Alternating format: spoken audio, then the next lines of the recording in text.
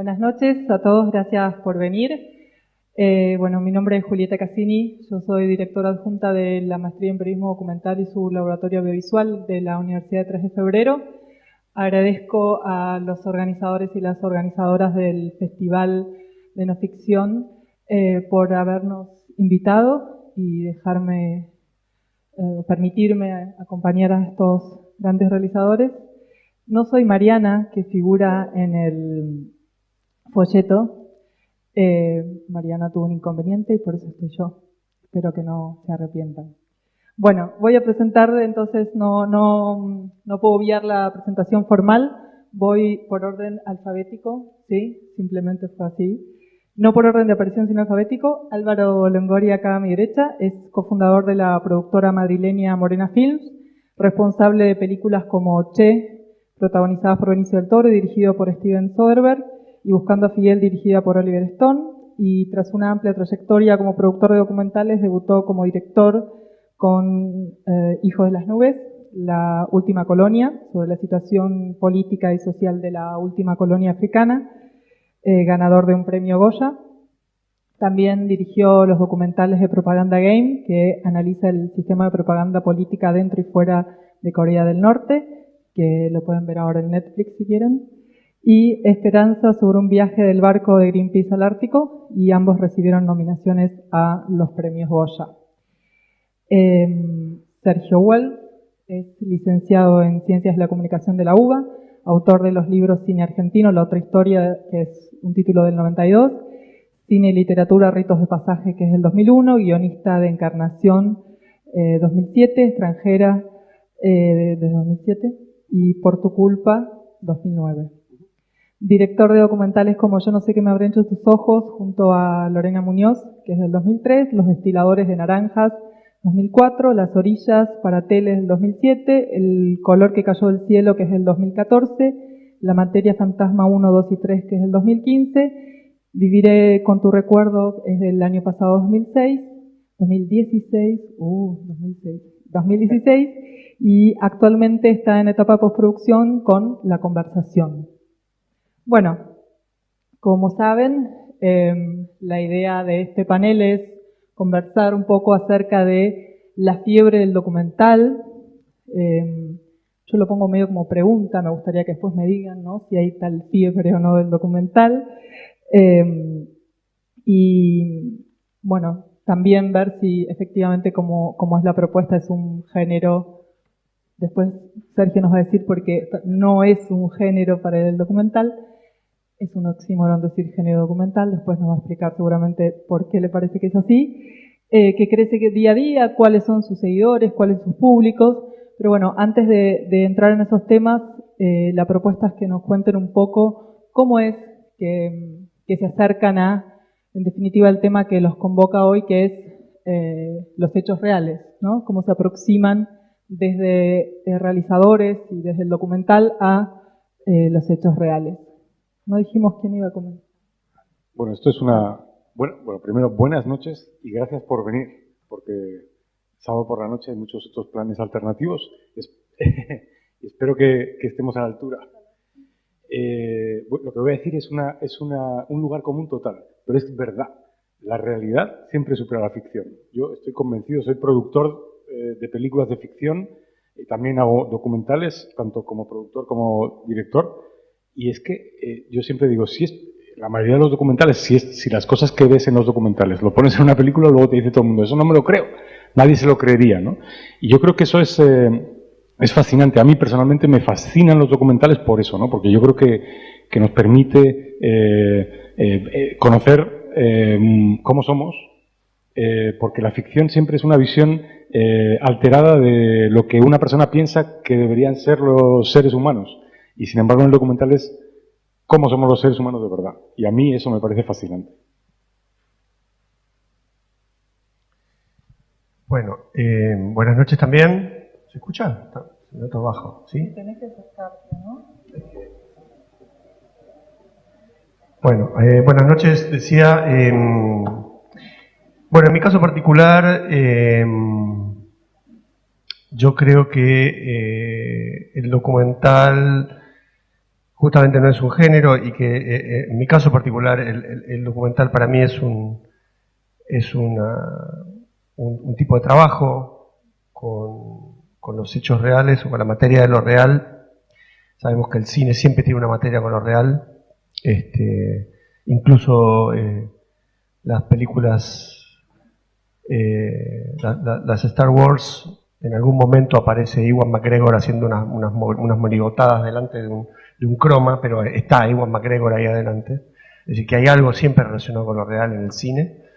Y en el caso particular del documental, el problema es que no existe el guión, o que no existe la comprobación de algo que uno tiene escrito, y por lo tanto siempre hay una zona muy fuerte de invención y de incertidumbre.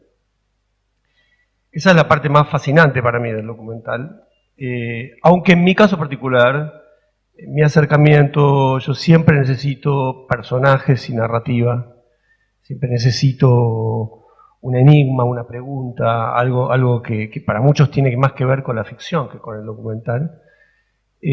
Justamente para mí lo que es fascinante es encontrar en el campo de lo real personajes que hubieran sido absolutamente extraordinarios, escritos por un guionista de ficción, solo que existen en lo real. Y la materia de lo real para mí está completamente cruzada con la ficción, y todas las películas que hice tienen que ver con esto, siempre se plantean un problema de enigma, y un problema relacionado con la construcción de personajes.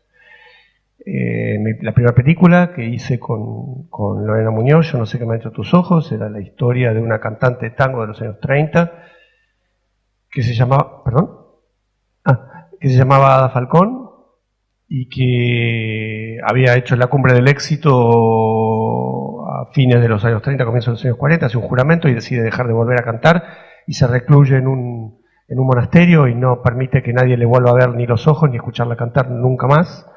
Durante 50 años, recluida, una historia de una cantante que todo el mundo había olvidado porque se había retirado muy tempranamente, y la historia de la película justamente arranca cuando Lorena y yo nos enteramos la historia, y además nos enteramos que estaba viva, con sus más de 90 años. Entonces ahí arranca la película, arranca con una pregunta de por qué se retira, y ahí arranca la película. Mi segundo largometraje, El color que cayó del cielo, la historia de un lugar del noroeste argentino, entre Chaco y Santiago del Estero, se llama Campo del Cielo, y ahí ocurrió una lluvia de meteoritos hace 4.000 años, los meteoritos de hierro, que generaron un montón de leyendas indígenas respecto de cómo habían caído esos meteoritos, pero sobre todo en el siglo XVII aparece un meteorito gigante descubierto por un conquistador español, y el meteorito, vaya uno a saber por qué, intenta cargarlo, hacer palanca, etc., y el meteorito desaparece. Y hay recurrentes búsquedas, desde la época de Sarmiento hasta Eva Perón, buscando el meteorito perdido, el Mesón de Fierro, que nunca más apareció. Bueno, ahí arranca el rodaje, la idea de la segunda película, y sobre todo de la historia de un robo increíble en la década del 90, la historia del meteorito. Me estoy extendiendo un poco demasiado, pero como para contar un poco qué es lo que me interesa. Y la historia de un robo increíble de un dealer de meteoritos de Tucson, Arizona, que intenta robarse el segundo meteorito más grande del mundo, que estaba en el Chaco, y se llama el Chaco, 38 toneladas, meterlo en un camión y llevárselo a Estados Unidos. Y lo detienen en la frontera. Bueno, esa historia es la última de un montón de historias, pero las historias que construyen ese relato de Campo del Cielo, todas tienen personajes, tienen narrativa, etc. Y en mi caso siempre es la historia y sobre todo la pregunta de cómo contarlas. Entonces siempre, para mí, repito, el documental es siempre un género de invención, es decir, donde uno tiene que inventar. En ese sentido, siempre cuento una anécdota, que es: me encuentro una vez con un director de documentales y me dice: quiero hacer una película sobre tal tema, pero no la voy a hacer. ¿Y por qué no la vas a hacer? Porque no tengo material. Entonces, cuando él me dice que no tiene material, yo le digo: no tenés archivo. Y no, entonces no voy a hacer la película. Le digo: ahí empieza tu trabajo, no termina tu trabajo. Tenés que pensar cómo vas a contar esa historia. Si uno tiene siempre todo, el documental se convierte solamente en una especie de sustituto de la persona sirviéndose de cosas en una góndola de un supermercado y tiene muy poco sentido, tiene muy poca gracia realmente el documental si es así. Pero bueno, me estoy extendiendo mucho y no quiero que la moderadora no pueda moderar. No, sí. No te digo, te reto, no tengo problema en retar, Vamos. así como me ven. Vamos. ¿Te puedo preguntar o vos querías decir algo? Quiero decir una cosa, a mí me encanta el título de este festival porque basado en hechos reales también son películas, de ficción, quiero decir. Y de hecho, por ejemplo, el Che, no sé, me imagino que aquí alguno habéis visto la película del Che con Benicio del Toro que tuve la suerte de producir. Es una película que estaba documentada hasta la saciedad, ¿no? O sea, el director Soderbergh estuvo mirando cada cosa, de hecho está basado en los diarios del propio Che, y al final es una ficción porque no se podía haber hecho documental, pero vamos, si hubiese alguien seguido al Che durante todo el proceso, probablemente hubiese hecho un documental fantástico. De hecho, hay algunos documentales del Che geniales, pero es verdad que esa división entre ficción y documental yo creo que cada día es más, digamos, gris, ¿no? No hay una barrera clara y, de hecho, los documentalistas utilizamos trucos de ficción y muchísimos directores de ficción hacen películas como si fuese un documental, ¿no? Y dicen, ¡joder, parece un documental! O sea que es una barrera difícil de marcar, ¿no? Yo creo que eso es lo interesante, cada vez es menos, ¿no? Yo te quería preguntar a modo también de disparador, me parece, no sé si coinciden conmigo, pero los documentales que ustedes hacen son diferentes y también de alguna manera, soy muy alta y siento como que estoy... me parece que por lo que nosotros charlamos previamente sin ustedes, quiero que sepan. Previamente por lo que charlamos también tienen como dos procesos creativos diferentes, ¿no? Aunque obviamente hay similitudes, no dejan de ser realizadores y documentalistas, pero, y acaba mi pregunta, en The Propaganda Game, que es sobre Corea del Norte, hablando de esto, de lo que vos decías de los personajes y de la historia, ¿no? Hay un personaje que es maravilloso, ¿lo vieron? Sí, ojalá, ¿no? Tienen que ir a verlo. Digo, porque está en Netflix. Os vamos a poner un resumen, ¿te parece que lo ponemos ahora? Para que sepáis de lo que estamos hablando. Hermoso, porque entonces así mi pregunta tiene más sentido. Vale, pues, sí. No. Bueno.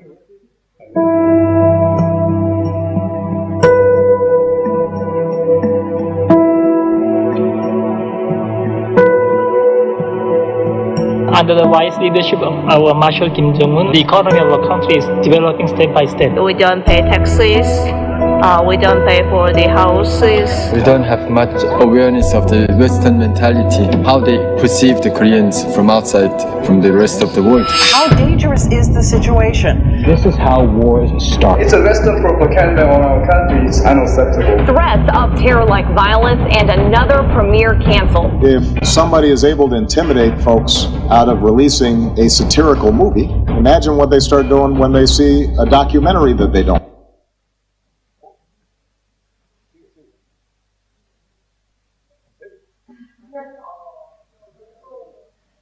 Lo que hice, os cuento muy brevemente, fue tener la oportunidad de ir a Corea del Norte, acompañado por un personaje genial que sale en la segunda mitad del tráiler, que os habéis perdido, lo siento.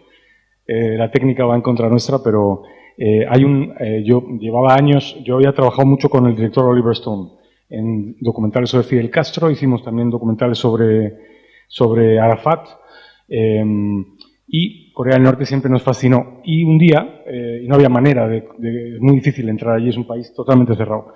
Y un día encontramos yo por casualidad leí un artículo sobre un español que se llama Alejandro Cao de Venós, que es el único extranjero que trabaja para el gobierno de Corea del Norte, que además es ciudadano honorífico y miembro del ejército de Corea del Norte. Me pareció bastante interesante el tema y le mandé un mensaje por Facebook. Me contestó inmediatamente y bueno, ahí empezó una negociación de un año para poder llegar a filmar en Corea, entrar en Corea y contar un poco intentar, al principio yo, un poco naif, pensé que podía contar lo que de verdad pasaba en Corea del Norte, claro, me di muy rápidamente cuenta de que aquello era imposible. Y sin embargo me di cuenta de que a medida que se aproximaba el momento de ir a rodar, no hacía más que recibir información de todo tipo de gente, oficial, no oficial, periodistas que habían estado, expertos, servicios de inteligencia, y me di cuenta que aquello era mucho más interesante era contar todas las medias verdades o medias mentiras que se cuentan de Corea del Norte, tanto lo que cuentan los norcoreanos como las que se cuentan sobre ellos, que intentar contar una verdad que nunca hubiese podido contar, ¿no? Y así surge este documental que, bueno, os invito a verlo, está en Netflix, los que tengáis Netflix, y si no, seguro que está en YouTube también, seguro. Y bueno, lo interesante yo creo que es lo que decíamos ¿qué es lo que hace un documental? O sea, ¿por qué te lanzas a hacer un documental? Pues yo digo, todas las historias tienen un gran documental. Se puede hacer un gran documental de cada uno de todos los personajes que hay en esta sala, por ejemplo. Estoy seguro que todos tenéis una historia fantástica de la cual se podría hacer un gran documental. La cuestión es cuál es el ángulo, cuál es la visión y cuál es el personaje en este caso, el personaje que nos permitió hablar de Corea del Norte. Corea del Norte se puede hacer 1000 documentales. Lo interesante es desde qué punto de vista lo observas, ¿no? Y yo creo que eso es lo que hace un documental bueno, interesante o no. Es el punto de vista. Porque si no sería un reportaje, que ahí es donde nos acercamos más al periodismo puro, ¿no? O sea, un documental de autor, lo que se llama un largometraje documental, tiene un punto de vista, es decir, es un director que te cuenta una realidad con un punto de vista, te quiere contar una historia, una visión. Los reportajes, que aquí creo que se llaman crónicas, no estoy seguro. Sí. Tienen, por definición, como son periodísticos, que ser neutrales y no pueden o no deben tomar un partido o dar una línea editorial, aunque eso hoy en día cada vez es más difícil, ¿no? Los medios de comunicación cada vez te dan más mascado lo que tienes que pensar. Pero bueno, esa es un poco la diferencia.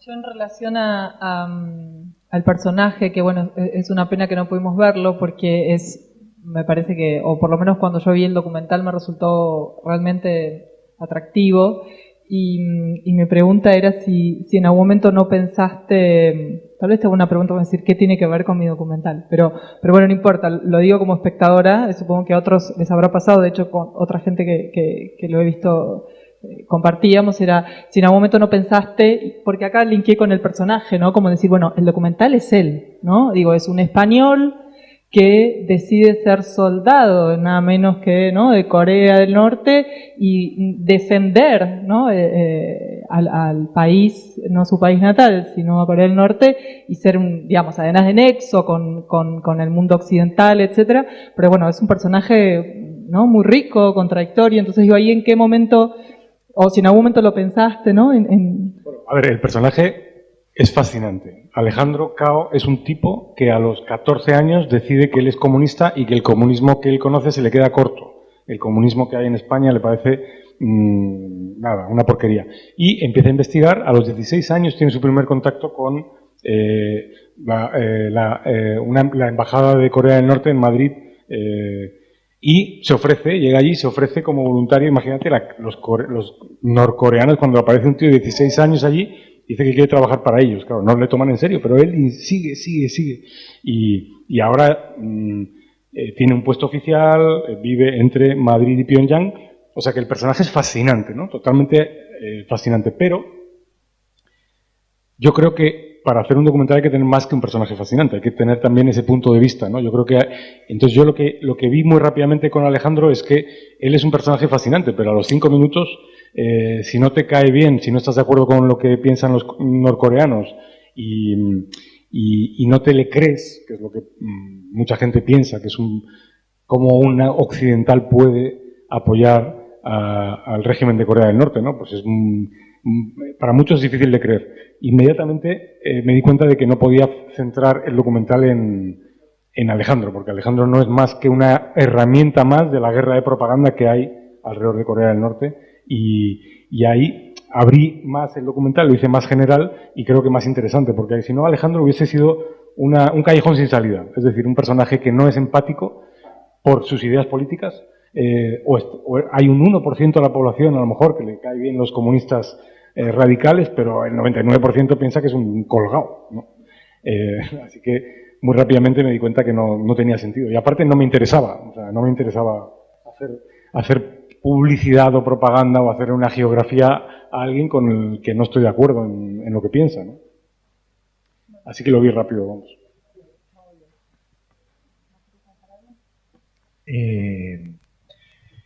Bueno, en mi caso particular, efectivamente yo nunca podría hacer documentales como los que hace Álvaro, en el sentido de que nunca he podido pensar un documental a partir de un tema. Siempre necesito un personaje y una narrativa que me organice un poco la película. Es más, no sabría cómo terminarlo cuando es un tema. Siempre me parecería que me quedan afuera más personajes, más puntos de vista, más lugares, más escenarios, etc. No sabría cómo cortarlo, quiero decir, ¿no?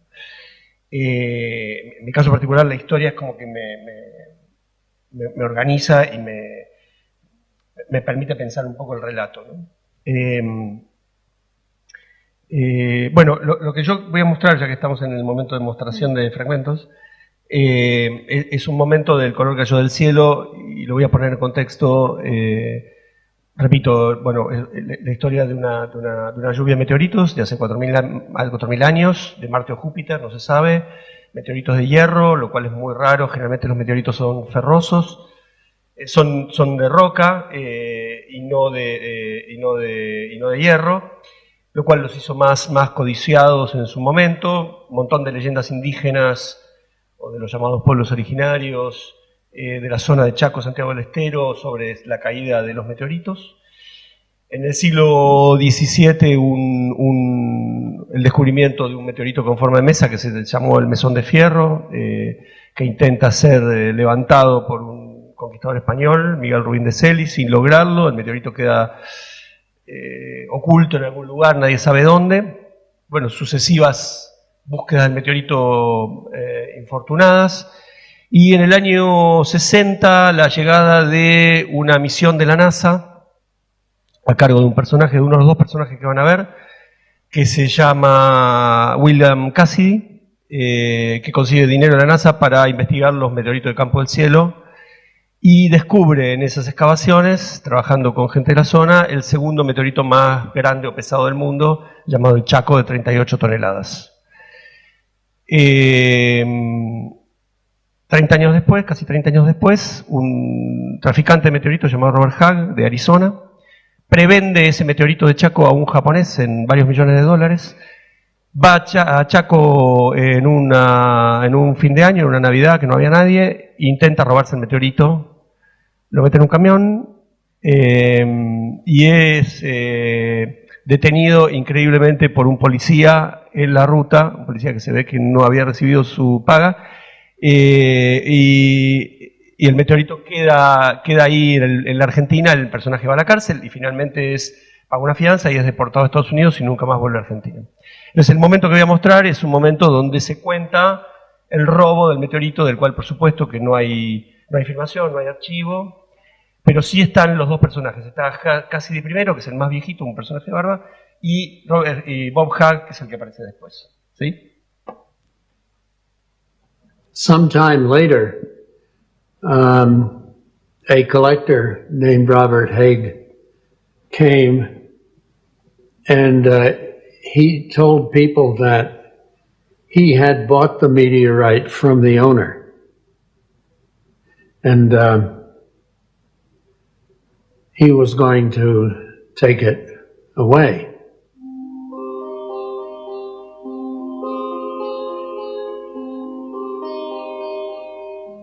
I heard about the 37-ton one when I was at a show in Tokyo. And this guy named Miguel told me, I can arrange for you to buy that piece. Miguel Fernandez? Yes, Miguel Fernandez.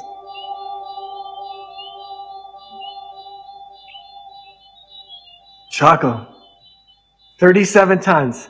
That meteorite grabbed me and it would not let go of me. I couldn't get away from it. It was like, this is possessing me. It's what I've always wanted. You know, if I could get that meteorite, I had a customer in Las Vegas for it, and I had a customer in Tokyo for it. So if there was any chance for this meteorite to go, to be purchased, there's no problem selling it. So if I can get this rock for $1 million, I can sell it for $5 million or whatever. I know about cranes and lifting heavy things, and I know how to sell it, and I know who will buy it. Let's go, man. Let's make this happen. Aerolíneas Argentinas. I loved Argentina.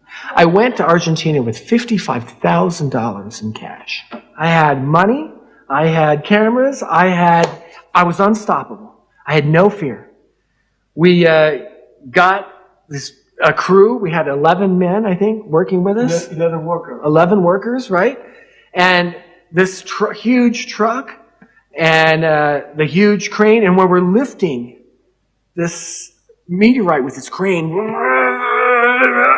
the truck is sinking. The crane is going in the ground as much as the rock was lifting up because it was so heavy.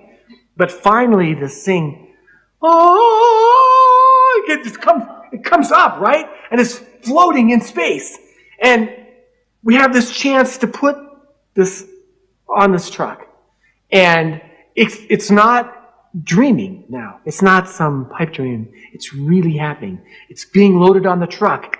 So I had this 37-ton rock, and I thought that everybody was together on this, that let's make this happen. The money will come back in suitcases, man. And that was what I truly believed would happen, and I thought would happen, but it only got as far as state line at Resistencia, and it stopped.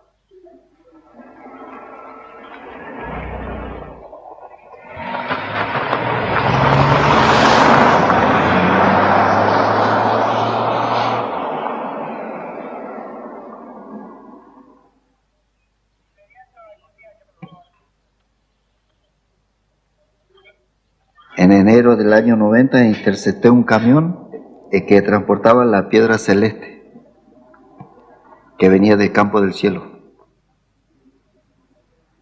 Día lunes, y en el horario entre las 9 y las 10 de la mañana no había gente, no había tránsito, hacía calor, y divisé un camión que venía con una carga tapada y le pregunté qué transportaba, me dijo leña. Y en la parte de atrás del camión lo traían, meteorito. Cuando yo lo destapé, lo descubro ahí.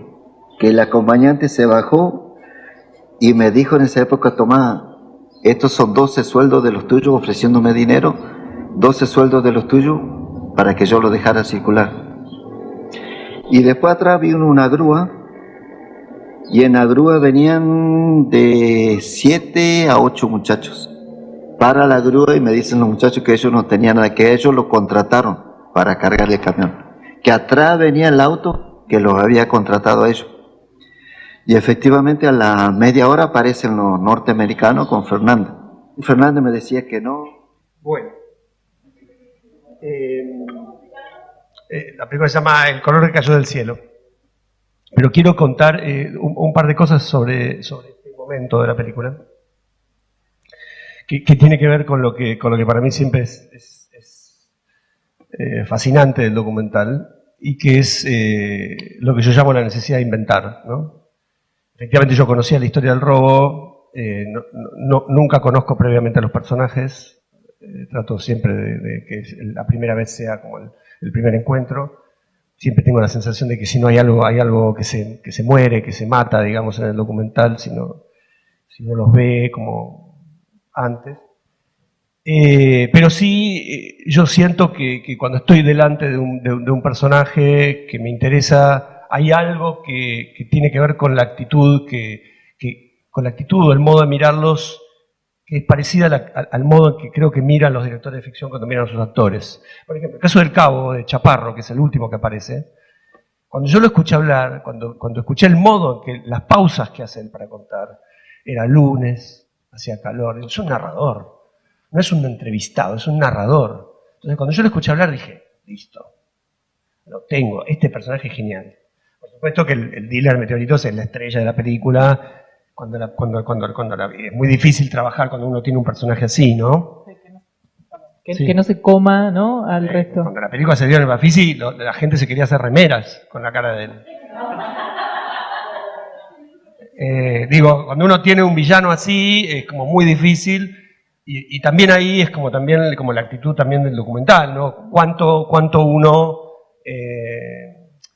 se vuelve como dócil, dejando hablar a un personaje así, que es el que se robó un meteorito, etcétera, etcétera, y que si cuánto está pensando en la película y cuánto está pensando en la verdad, ¿no? Que es como un punto también.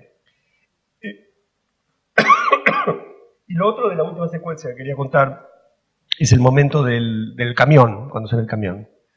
Que tiene que ver un poco con el modo que yo trabajo, que es, efectivamente en ese lugar estaba la casilla, muy distinta, porque fue más de 20 años antes, una casilla perdida, imagínense, Chaco, 60 grados de calor debe ser en enero, el tipo sentado en una casilla con nada, el que lo detiene a Hag. Bueno, en ese lugar está ahora ese puesto. Entonces, el tipo está contando la historia, nosotros fuimos al lugar exacto donde el tipo estuvo, en ese lugar no está igual, la cámara está dentro, y nosotros esperamos ciertas situaciones. Hay un momento donde para un camión.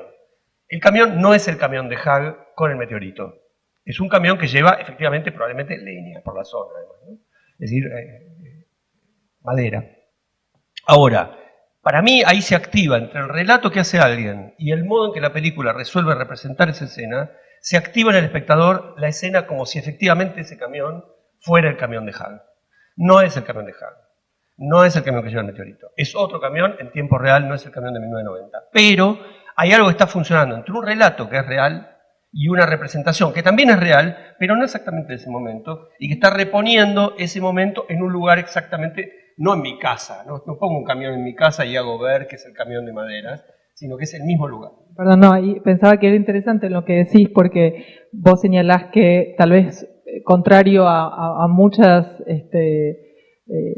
buenas indicaciones, por decirlo de alguna manera, no encuentro mejor palabra, con respecto a, bueno, no, es mejor conocer el personaje previamente, encontrar, ¿no? Y para el personaje decís que no, que preferís casi, si no te entendí mal, como, bueno, que lo conocés y hablas con él cuando se enciende la cámara, pero en otros aspectos, como en este caso, te permitís que no sea, si querés, algo más de lo real, ¿no? Respecto a la historia. Respecto a la historia, Sí. pues no importa que no sea el camión, no importa que no, y sin embargo en el encuentro con personaje, ahí sí le pones el peso de lo real, ¿no? Digo, hay algo para mí que es como, lo real está más fuerte en tu encuentro, ¿no? En tu primer encuentro con el personaje, y se aleja, si quieres, en algún punto, lo real en términos de la materialidad, me refiero al espacio-tiempo, de que el camión es otro, entonces, digo, se aleja del... Pero es que yo creo que en el caso del documental siempre es y no es, ¿no? Ese momento en que el documental muestra los dos planos, quiero decir, es como en Propaganda Game, cuando uno descubre que Alejandro es un monstruo, los momentos en que se vuelve un ser monstruoso, cuando se vuelve loco, digamos, en el momento de la película, y hay un momento, ustedes no la vieron, pero mírenla en Netflix, lo podrías contar vos, que es el momento del templo católico, que me gustaría que lo cuente, que cuente esa escena y también cómo está ordenada la escena, ¿no? Sí, o sea, yo creo que a mí lo que me ha interesado mucho de esto es como me parece fascinante y muy divertido, estos personajes me parecen geniales, la historia es buenísima, yo no he visto el documental, pero lo pienso ver porque tengo el link, pero me parece muy, muy importante, antes de hablar de lo de la iglesia, claro, tú tienes que ayudar al espectador, o sea, el documental es, por definición, la gente está acostumbrada cuando pone o cuando va al cine, tiene todos los medios, está viendo Marvel, está viendo... yo que sé, grandes películas de ficción con muchísimo presupuesto, ¿no? Y cuando tú estás haciendo un documental, tú te basas 100% en que la historia sea buenísima, pero tienes que ayudar al espectador a pasar el trago, porque no está leyendo una tesis doctoral sobre un tío que roba meteoritos, ¿no? Sino que le tienes que hacer que la cosa se digiera más, y por eso es tan importante en los documentales los archivos, las fotografías, aparte de los testimonios, ¿no? Es muy importante que la cosa sea digerible, porque si no, el gran peligro del documental es que sea aburrido. Para mí, cuando yo hago un documental, mi pánico, o sea, yo, de verdad, o sea, mi única misión como director es que no sea aburrido. Me da igual que sea más corto, más largo, pero que el espectador no se aburra, porque me parece que has perdido, en el momento que pierdes al espectador, que pierdes la atención, pues se acabó, ¿no? Y... volviendo un poco al tema de situaciones que te pasan en un documental, cuando yo estuve en Corea del Norte, bueno, todo aquello era un gran archivo, podía todo, por donde mirases era fantástico, pero también hay que hacer un poco de periodismo, de investigación de alguna manera. Yo sabía que en Corea del Norte había hay una restricción muy gorda a cualquier tipo de religión, porque el sistema es en sí una religión, ¿no? O sea, si tú amas al líder como si fuese un dios, esencialmente no puedes amar a otro dios o seguir a otro dios, ¿no? Pero, bueno, yo dije que yo era católico y que quería ir a una iglesia el domingo. Porque, claro, ellos todo el rato te dicen, no, bueno, por supuesto aquí todo el mundo puede pensar lo que quiera, el cristianismo está perfectamente permitido. Y dije, así, pues quiero ir a una iglesia. Entonces, de repente, todos los agentes norcoreanos se pusieron muy nerviosos, empezaron a llamar por teléfono y 3 días después me llevaron a una iglesia y, claro, de repente entré en una iglesia que yo he estado, obviamente, como todo el mundo, muchísimas veces, y cuando ves que algo no es verdad, lo ves claramente, ¿no? y aquella iglesia era demasiado buena. La gente cantaban, todos fenomenal, todos iban perfectamente vestidos, se sabían las canciones y efectivamente vimos la misa y al final me fui a hablar con el cura y le pregunté, bueno, bueno, esto, ¿por qué no ha habido comunión, no? Y me dice, no, es que... Entonces ahí el tío perdió un momento y dijo, es que no soy cura de verdad, ¿no? Se habían olvidado de esa parte.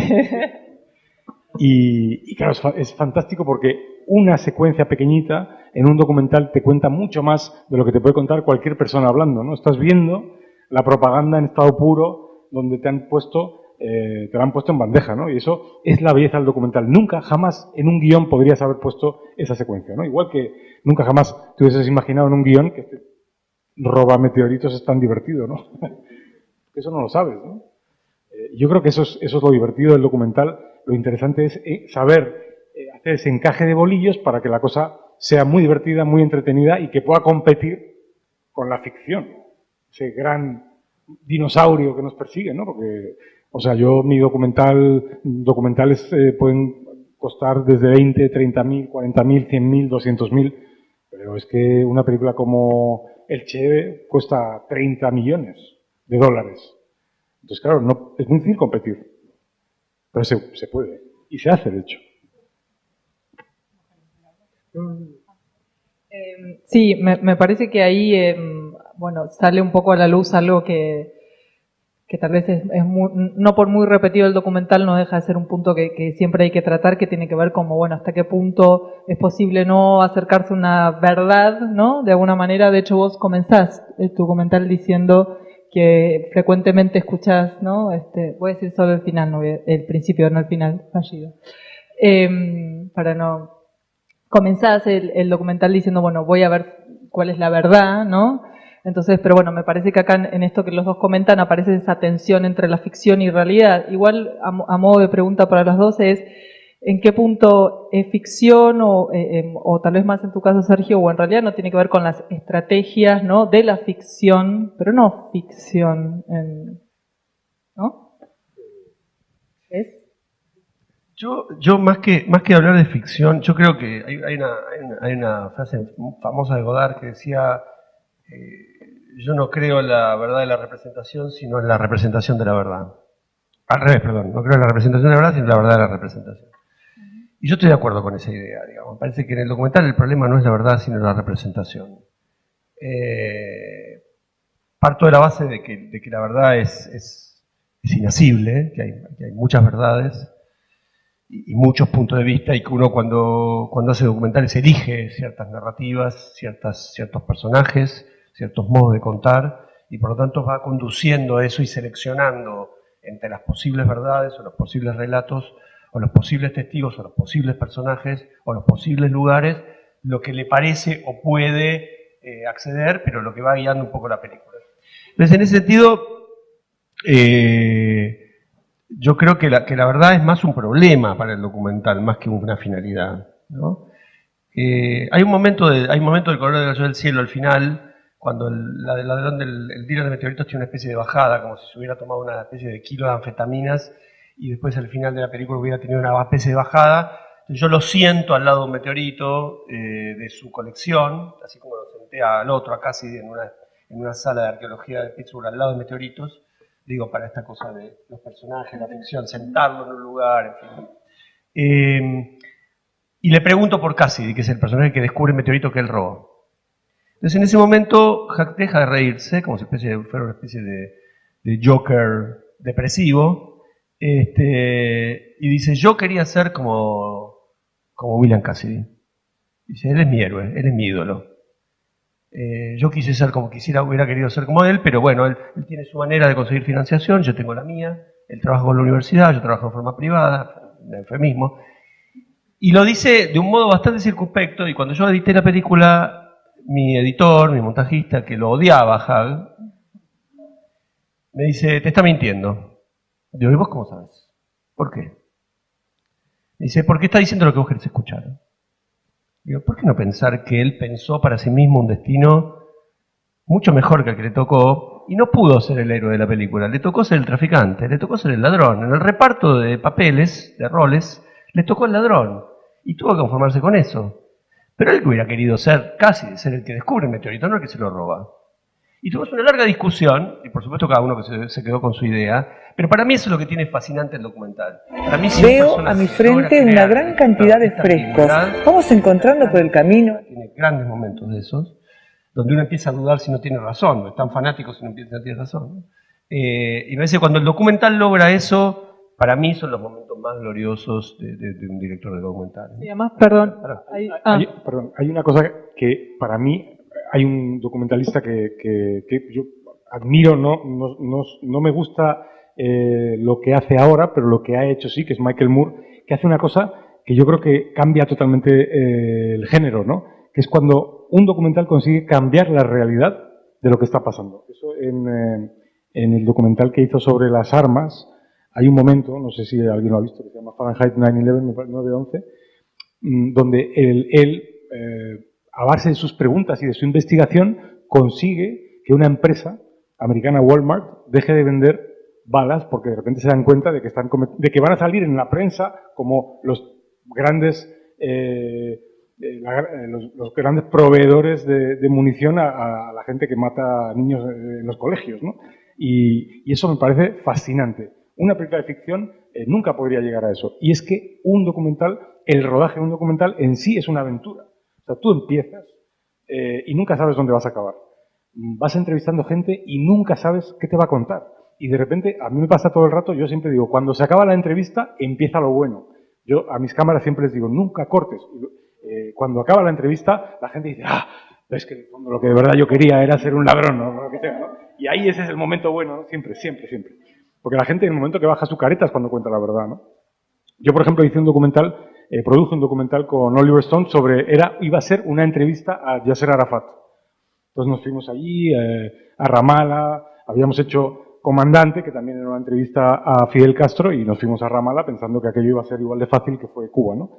Llegamos allí, empezamos a negociar la entrevista, iba a ser una entrevista en profundidad y tal, y de repente, en ese momento, hay un atentado en Jerusalén y las tropas israelitas entran en Ramallah y sitian, os acordaréis todos, que hubo un momento que Arafat estaba sitiado, estuvo un año prácticamente, unos meses, sitiado en la Mucata, que era la base, estaba él metido en una habitación y los tanques israelitas al otro lado de la puerta, ¿no? Y así, y de hecho, luego se ha demostrado que posiblemente le envenenaron porque ellos le daban comida y al final acabó muriendo. Claro, tú cuando en un guión tú pones, vamos a entrevistar a Arafat y le vamos a preguntar sobre la Organización de Liberación de Palestina y tal. Pero cuando te pasa eso, claro, eso es muchísimo más interesante, ¿no? Y al final, eso pasa todo el rato en los documentales. Son aventuras. Cuando tú empiezas a rodar no sabes lo que va a pasar. Yo creo que eso también se transmite, ¿no? La audiencia de alguna manera se engancha en esa aventura, ¿no? Y es un descubrimiento constante y eso es lo divertido. Yo creo que lo que en una ficción no tienes, ¿no? Perdón, retomando lo que vos decías, porque me impactó, retomo lo que decías en relación a la posibilidad de convencerte o no, o hasta dónde le crees a un personaje y hasta dónde le crees en definitiva algo que uno supone que es verdadero en términos en que te lo está contando alguien que es real, ¿no? Se supone que también hay algo del documental de esto, que lo diferencia claramente de la ficción, es que yo si voy a buscar a Huck, lo encuentro y es Huck y no es otro, ¿no? Ahí hay algo, digo, no es una invención en Hack, vos no le pusiste nombre, sino que existía. Y en relación a lo verdadero y al cuestionamiento o a las dudas que te puede generar un personaje, a mí me pasó, creo que un poco como tu editor, que al principio dije, qué odioso, antipático, porque ¿no? Y de repente cuando dice, creo que te pregunta a vos, bueno, pero si cae un meteorito, ¿no?, de la Luna, ¿a quién le pertenece? ¿A Argentina o no? Y te pregunto a dónde. Y él dice, y vos creo que le contás, y le decís, bueno, sí, es de la Luna, ¿no? Entonces también a un punto te hace cuestionar y decir, bueno, es verdad, o sea, caen del espacio, no, ¿a quién le pertenece? ¿A dónde cae o en realidad de dónde cayó? ¿No? Entonces, digo, ahí me parece que está bueno. También hay como una idea de que cuando uno se enfrenta con un personaje así, tiene que pararse adelante del tipo y denunciarlo. Porque vos nos robaste el meteorito del Chaco y entonces yo vengo acá desde Argentina hasta Arizona para decirte. Y en realidad lo que uno está pensando es la película. Digamos, lo que uno piensa, si uno hace bien su trabajo, ese personaje, lo que el espectador tenga que pensar sobre él, el personaje lo va a mostrar. Lo va a mostrar. En ese sentido, en mi caso particular, yo siempre que cuando filmo personajes, cualquiera sea, siempre les digo, yo no te voy a poner una voz después de que hables desmintiendo lo que vos estás diciendo en mi edición. Si tengo algo para decirte, te lo voy a decir en la escena, adelante tuyo, porque digo, también hay una tendencia, muchas veces en el documental, es me voy a mi casa, no te pregunté nada, y después digo que sos un delincuente, que sos un estafador, etcétera. Si tenés algo para decirle, se lo decís al personaje en la escena, porque es parte de la escena. Después habrá que ver si eso te sirve a tu película, pero no usar ese poder que tiene a veces el documental sobre los personajes de, como yo tengo la edición después, y te miro, y te miro, y te miro durante meses, y te edito, ponerle un texto y defenestrar al personaje usando mi poder de director posterior al rodaje, digamos, ¿no? Digo eso respecto al tratamiento de los personajes, ¿no? Que para mí es importante eso, ¿no?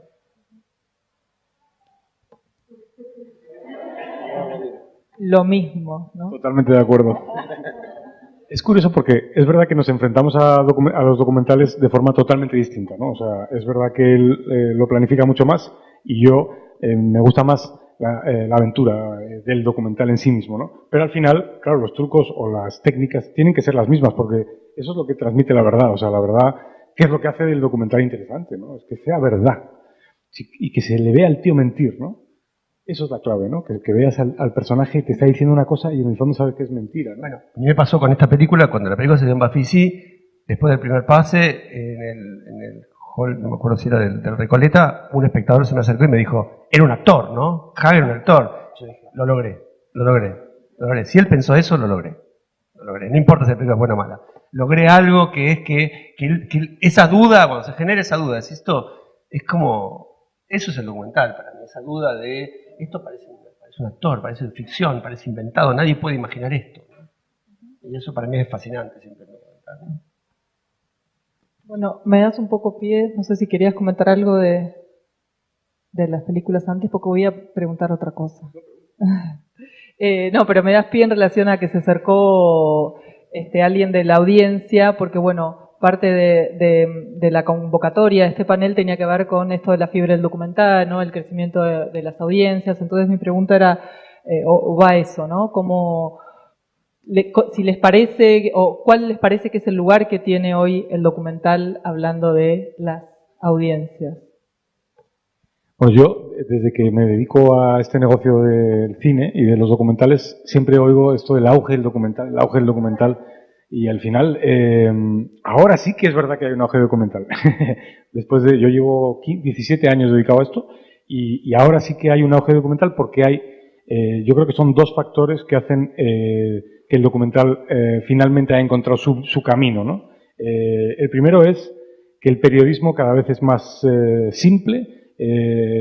Los periodistas se ven obligados a abandonar la investigación por los modos de consumo que tenemos los usuarios, donde leemos en el mundo del Twitter, la gente lee 140 caracteres y si te interesa mucho igual lees un párrafo y hay alguno que lee el artículo entero, pero en general la gente ya no tiene tiempo para leerse un artículo de investigación de varias páginas o incluso un libro, ¿no? Y yo creo que el documental rellena muy bien ese hueco de lo que antes rellenaba el periodismo de investigación, donde se hacía un análisis en intensidad, en profundidad, y que ahora la gente se leía un libro, ¿no? Que ahora ya parece casi de ciencia ficción, ¿no? Que si te interesaba un tema, te leías un libro, a lo mejor estabas 2 semanas leyendo un libro, ¿no? Ahora, si te interesa un tema, a lo mejor le dedicas 1 hora y media a ver un documental. Pero vamos. Y creo que el documental ha rellenado ese hueco, ¿no? En un mundo donde la gente tiene poca atención, sí que está la gente dispuesta a dedicar 1 hora y media, 70, 1 hora, ¿no? Y luego la otra cosa que yo creo que facilita el auge del género, o que no sé, perdón, el género no es, hemos dicho, pero el auge del documental es los nuevos medios de comunicación. Es decir, antes para ir a un documental o lo ponían en la televisión y tenías la suerte de que te lo ponían, o ibas al cine y tenías que elegir entre Marvel 24, que cuesta lo mismo que entrar a ver The Propaganda Game, ¿no? Y claro, la gente se metía a ver Marvel 24, pero ahora con los nuevos medios de difusión, que son las plataformas de vídeo on demand, ¿no? Como Netflix o como Amazon, HBO, la gente tiene este videoclub interactivo en casa donde al final puede elegir todo el rato lo que quiere y tiene tanta oportunidad que al final sí que elige muchas veces el documental, ¿no? Porque no le cuesta nada y al final se está viendo, y sobre todo, por ejemplo, en Netflix, yo trabajo mucho con ellos se han dado cuenta de que, y en HBO, quizá HBO fue la primera que lo descubrió, que el público disfruta mucho de los documentales que le dan gratis mucho más y los busca, ¿no? Y los busca mucho más que antes, que los tenía que ver por casualidad, o los veía en la tele o tenía que pagar por verlos, ¿no? Y sin embargo ahora la gente que tiene ya todo pagado consume muchísimos documentales. Y luego para la cadena es un producto, digamos, de bandera, o sea, un producto original, como dicen en Netflix, un Netflix original, ¿no? Un producto original de Netflix, con la marca Netflix, o HBO, la marca de HBO, muy barato. Al final todo esto es un negocio, no hay que olvidar, ¿no? Y claro, un documental es muy barato. Y tú tienes 90 minutos por no sé lo que cuestan, pero vamos, por 1/100ª parte de lo que cuesta una película de ficción. Y la gente lo consume igual. O sea, Propaganda Game, el tema de Corea del Norte, ¿no? En Netflix ha sido muy popular, ¿no? Y eso, dada la cantidad de producto que tiene Netflix, es sorprendente, pero es la realidad. La realidad que a la gente le gusta. Sí, no mucho para agregar. Existe una relación también muy fuerte entre los cambios tecnológicos del digital y el documental, que permite que se abarate aún más. Es decir, el documental, a mí cada tanto me gusta ver los documentales de lo que yo llamo la era heroica, que era la época del 16 milímetros, ¿no? Donde efectivamente es increíble ver cómo sacaban una película filmando 2x1 o a veces 1:1, ¿no? Digo, para ver cómo resolvían los problemas que tenían, donde el contraplano no estaba, el personaje no tenía poco tiempo, la luz, la emulsión quemaba, no tenían, bueno, todas las cosas que se pueden usar ahora. Y por otra parte, me parece que el proceso de contaminación, en términos de narrativa, avanza aceleradamente, digamos, ¿no? Un poco vos lo mencionaste en algún momento, Julieta. Y por lo tanto, yo creo que el futuro es felizmente impuro en ese sentido, donde los formatos de la ficción y el documental van a estar cada vez más mezclados, ¿no? Vos, Álvaro, decías, bueno, finalmente la ficción dice basado en hechos reales a veces. No solamente lo dice, sino que además lo usa ahí sí como una bandera. Dice, no, pues los espectadores lo dicen, no, esta historia anda a verla porque está basada en hechos reales. Es decir, hay como una especie de plus si hay una verdad detrás de eso. Y eso es interesante, ¿no? Porque en una época no era tan fuerte esa marca, ¿no? Incluso cotejar versiones de una historia contada a través de documental, otra contada de ficción. Efectivamente, vos contabas el caso del Che.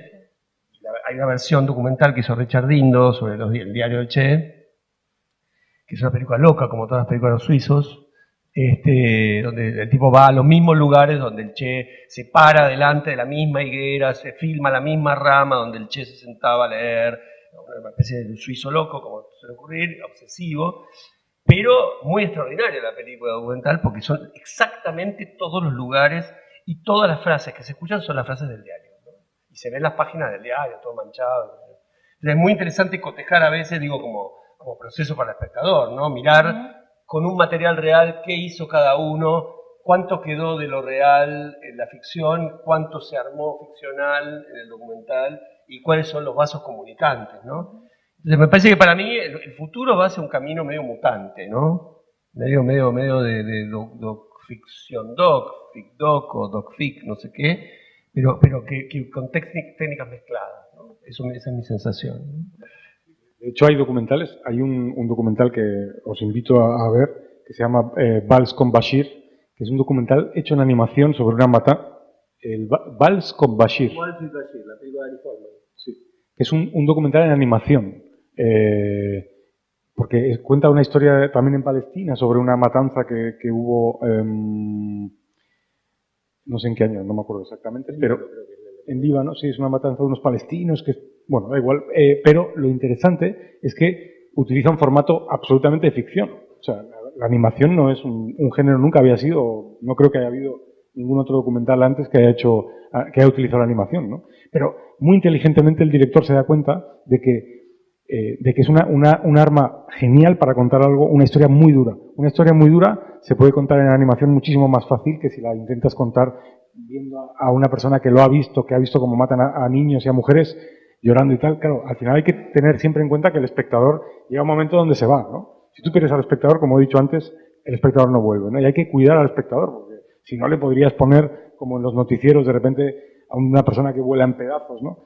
Es muy espectacular, pero eso no sirve para un documental, porque al final la gente no quiere sufrir necesariamente. Hay algunos que sí, como los que les gustan las películas de terror, pero en general la gente ve entretenimiento para divertirse. O sea, se llama Vals, como el baile, con Bashir, B-A-S-H-I-R. Es buenísimo, lo recomiendo. El director se llama Ari Folman. Es un director que tiene, creo que 2 o 3 películas. Bueno, entonces coincidimos que sí hay un crecimiento, ahora sí es el auge del documental, así que lo afirmamos. Bueno, tenemos tiempo, tenemos yo creo que para 3 preguntas que quieran hacerles a Sergio y o a Álvaro. ¿Nadie?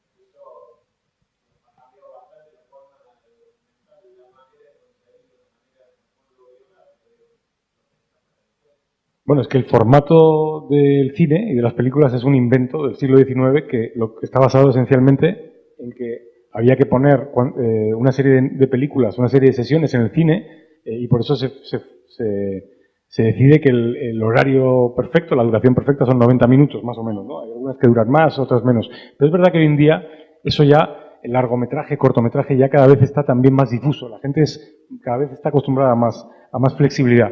Y es que hay historias que se pueden contar perfectamente en 15 minutos. Mi último documental dura 15 minutos, es un cortometraje. Porque hay cosas que en 15 minutos se explican perfectamente, no tiene por qué ser todo 90, ¿no? O no tiene que ser todo ficción, no tiene que ser todo documental. Estamos ya en la época en la que todo vale, la innovación afecta a todo y el espectador, por ejemplo, consume en teléfonos móviles. De hecho, ahora se están haciendo producciones tanto de ficción como documentales destinadas para consumirse en el móvil y han decidido que la duración es 10 minutos. Y entonces en 10 minutos hay que contar una historia, porque la gente en móvil no aguanta más. Y entonces, bueno, pues me parece que en 10 minutos se puede contar una buena historia, ¿no? O sea, yo creo que sí que estamos ante una revolución de los formatos audiovisuales. Va a ser una revolución total. En el futuro la gente va a ver, ya lo ve, un rato en el metro, en el subte, luego llega a su casa y lo ve en pantalla grande, luego lo ve en el reloj. O sea, es que todo eso está cambiando. No, al revés. Yo creo que no. Yo creo que eso va a ser mejor, ¿no?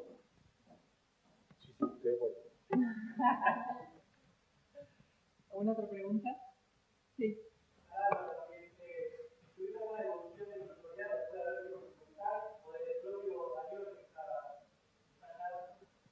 Bueno, sí, yo enseñé el documental a Alejandro, que es español, en Madrid, y al embajador de Corea del Norte en Madrid también. Y Alejandro estaba encantado porque salía bastante, ¿no? Y el ego al final. Y el embajador de Corea del Norte me dijo algo que fue bastante curioso. Me dijo, esta película jamás se va a enseñar en Corea del Norte porque nunca la entenderían, ¿no? Pero tiene un mérito, que se ve por primera vez en la historia a un norcoreano tomándose un helado. Porque es verdad que se ve a un norcoreano tomándose un helado. Lo que quiere decir eso es que les había dado la oportunidad a ellos de expresarse, que generalmente los medios de comunicación no tienen ya, hablo de esto que hablaba antes, ¿no? Que te lo dan ya mascado. Es decir, tú ves cualquier cosa de Corea del Norte y la cámara está en movimiento, parece que está que al reportero lo van a matar en cualquier momento, ¿no? Aunque sea mentira. Yo he visto hacer eso, que es un reportaje de un reportero en Corea del Norte moviendo así la cámara como si le estuviesen persiguiendo, yo al lado diciendo, pero vamos a ver, tendrás cara dura. Es mentira, pero es manipulado. Así que esta fue un poco la reacción. Eso sí, no he vuelto a Corea del Norte, aunque me han invitado y creo que el otro día me recomendaron, me dijeron una cosa muy buena. En droga, la primera es gratis, pero la segunda te la cobran, ¿no? Entonces la segunda me parece que no voy a ir. Había alguien más que había, ¿no? Levantado. La pregunta. Bueno, dije 3 y ya hay...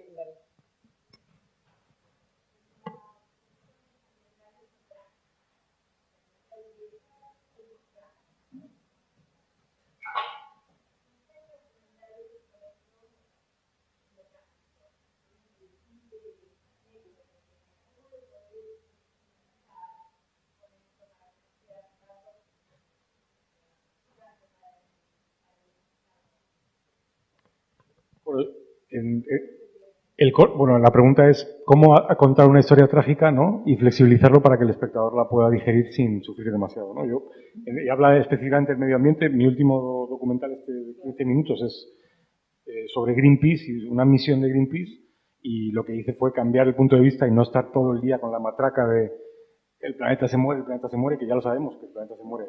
Y le di la vuelta a la cámara y enseñé a aquellos que trabajan para que el planeta no se muera, ¿no? Hay que buscar siempre el ángulo.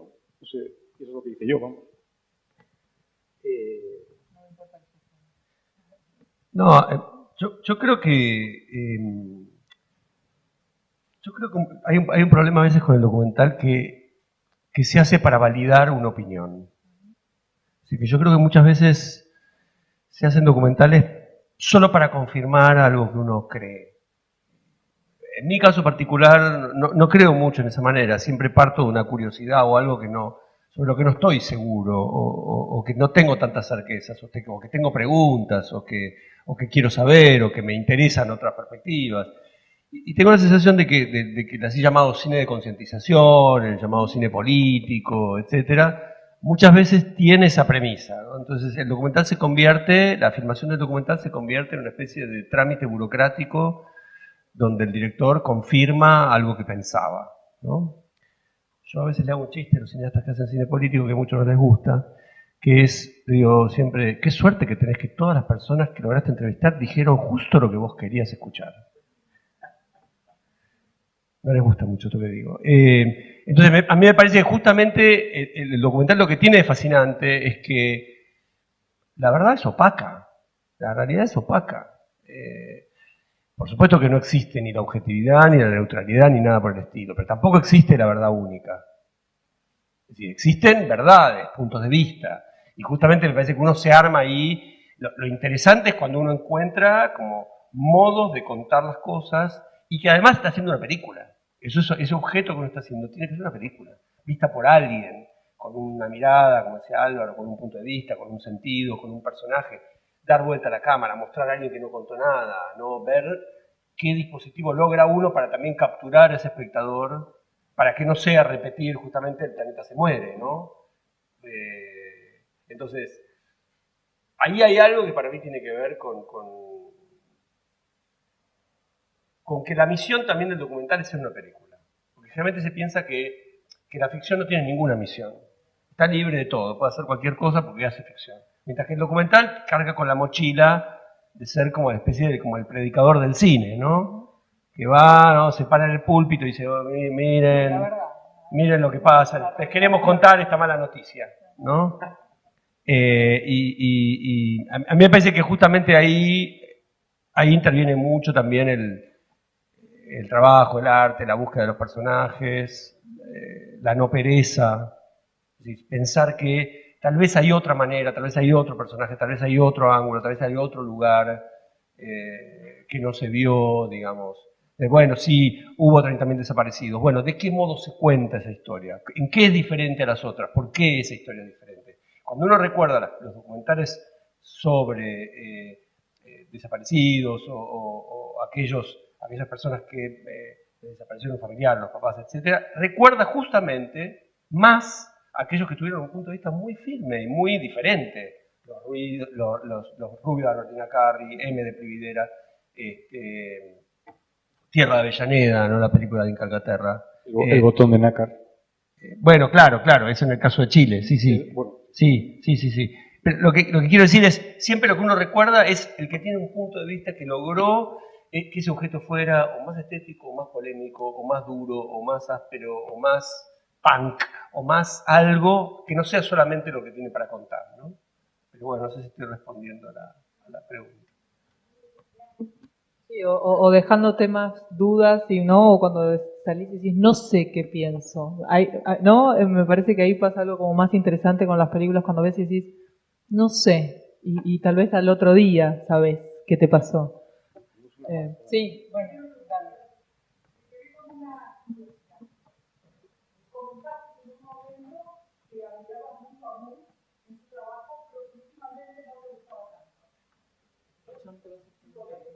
Michael Moore para mí es un genio del documental, pero tenía que haber parado hace 10 años. Es decir, hizo 3 documentales maravillosos y luego ya se repite constantemente, que es una cosa que es peligrosísima para un director, que es convertirte en una parodia o una repetición de ti mismo, intentar hacer todo el rato lo mismo, y es lo que le pasa a Michael Moore, que al final no hace más que lo mismo, que le ha funcionado un par de veces, pero es que como ya lo sabes, a mí ya no me gusta, porque está todo el rato buscando la manipulación.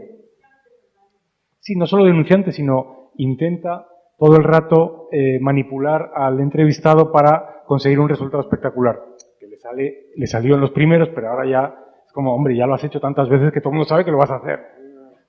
¿No? A mí no me gusta ya. Pero sus primeros documentales me parecen maravillosos. Bueno. Sí. No, está bien, solo quería decir que, bueno, estamos en tiempo, ¿no? Así que, bueno, les agradecemos a todos, pero la dejo a Luciana que nos quiere decir algo. Gracias, Álvaro, gracias, Sergio.